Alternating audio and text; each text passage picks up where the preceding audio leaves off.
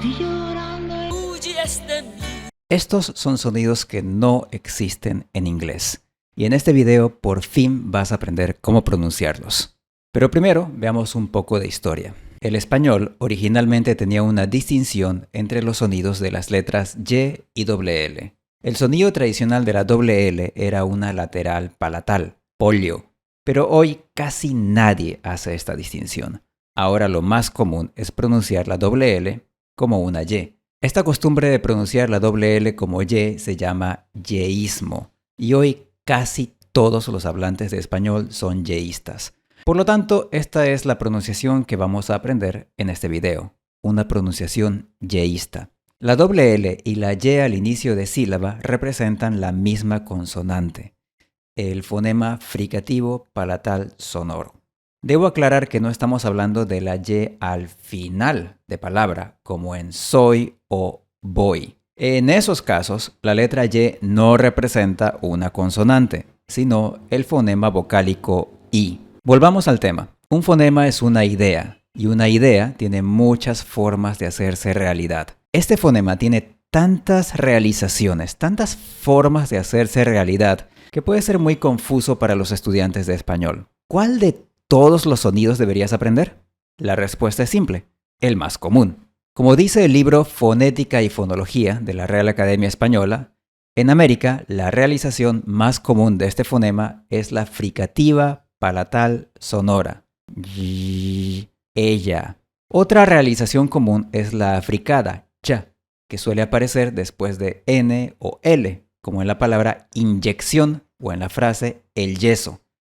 Esta fricada también suele aparecer al principio de una frase, después de una pausa, como en yo quiero Taco Bell. Esta es la razón por la que a los hispanos se nos hace difícil pronunciar la palabra yes del inglés.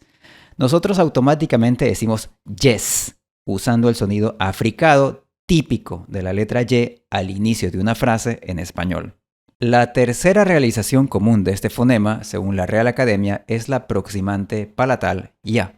Pero vamos a dejar este sonido fuera de las pronunciaciones recomendadas por razones que haremos más tarde.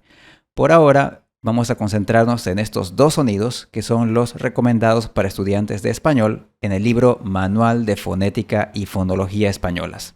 Después vamos a hablar de los muchos otros sonidos que puede tener este fonema. Así que vamos a trabajar. A laburar. Empecemos con el sonido más común, la fricativa palatal sonora. Si tu idioma nativo es el inglés, hay por lo menos dos formas de aprender este sonido. Una forma es empezar con la palabra huge. Esta palabra inglesa empieza con una fricativa palatal sorda. La única diferencia entre este sonido del inglés y el sonido que queremos del español es la actividad de las cuerdas vocales. Cuando pronuncias el sonido del inglés, tus cuerdas vocales están apagadas. Si pones tus dedos aquí, no sientes ninguna vibración. En cambio, cuando pronuncias el sonido y del español, tus cuerdas vocales sí vibran. Puedes sentir fácilmente la vibración en la garganta. Y si no estás acostumbrado a activar y desactivar de forma voluntaria tus cuerdas vocales, puedes empezar haciendo un ejercicio con los sonidos s y z del inglés. El sonido s es sordo, mientras que el sonido z es sonoro. Alterna entre los dos sonidos y siente la vibración en la garganta hasta que puedas encender y apagar las cuerdas vocales de forma voluntaria. Ahora inténtalo con el sonido inicial de huge. Sostén el sonido inicial de esta palabra y enciende tus cuerdas vocales. ¡Felicitaciones! Ya puedes pronunciar la fricativa palatal sonora del español. Ahora intenta agregar la vocal A. Ya. No es difícil, ¿no? Otro método para aprender a pronunciar este sonido del español es empezar con el sonido I, que probablemente ya conoces. Empieza con este sonido y poco a poco mueve la lengua hacia adelante y hacia arriba hasta que empieces a escuchar un ruido de fricción. Este ruido de fricción te dirá que estás pronunciando una consonante fricativa. Y ahora intenta agregar una vocal. Y ya. Tampoco fue difícil, ¿verdad? Este sonido que acabas de aprender es el que vas a usar en casi todos los contextos, excepto después de una pausa y después de N o L. En esos otros contextos vas a usar la africada palatal sonora, ya. Para pronunciar la africada, tienes que empezar con la lengua pegada al paladar duro y aumentar la presión del aire en la boca. Luego sueltas la lengua un poquito y pronuncias la fricativa palatal sonora, ya, ya.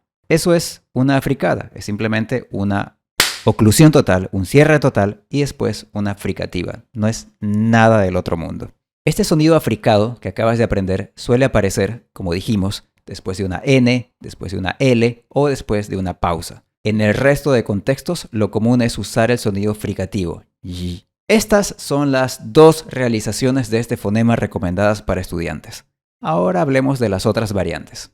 Para empezar, si movemos la lengua un poco más adelante, a una zona entre el palatar duro y los alvéolos, tenemos las variantes rehiladas sonoras. La fricativa posalveolar sonora, como en la palabra vision en inglés, y la africada posalveolar sonora, ya, como en la palabra judge en inglés. Estas variantes rehiladas sonoras pueden aparecer en cualquier país: Ecuador, Guatemala, España, pero donde son más comunes es en Argentina y Uruguay.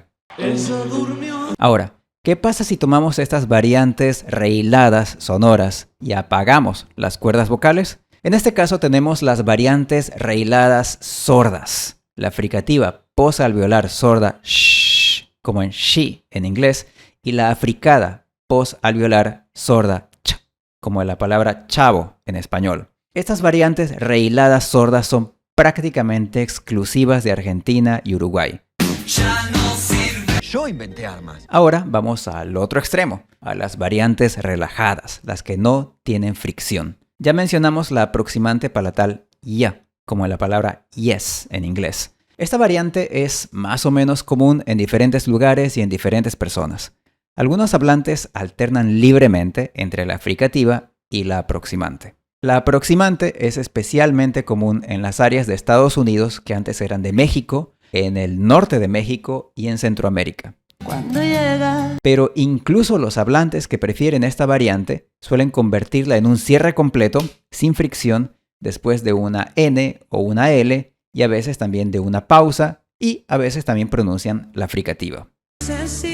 Entonces, ¿por qué no recomiendo esta variante, la aproximante palatal ya, para los estudiantes de español? Primero, porque la fricativa palatal y la africada palatal representan un punto medio, un punto de equilibrio entre los dos extremos de las variantes relajadas y las variantes rehiladas. Segundo, porque como dice el profesor Geoff Lindsay en el libro Smart Speech, capítulo 2, cuando estás practicando pronunciación tienes que exagerar. Si tú te conformas con llegar a un 90% de tu objetivo, en la vida diaria te vas a volver perezoso, te vas a relajar, simplemente vas a usar el sonido ya todo el tiempo sin reforzarlo nunca, y esto te va a hacer sonar muy gringo. Así que el profesor Lindsay recomienda usar una pronunciación exagerada cuando practicas, un 150% o incluso un 200% de tu objetivo. En la vida diaria, inevitablemente te vas a relajar un poco, y eso no es un gran problema. O sea, si en la vida diaria no logras siempre producir la fricativa o la africada y de vez en cuando te sale una aproximante, pues no hay problema.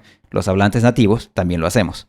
Pero si simplemente sigues el consejo tan común en internet de simplemente pronunciar la Y de yes en inglés, siempre vas a sonar gringo.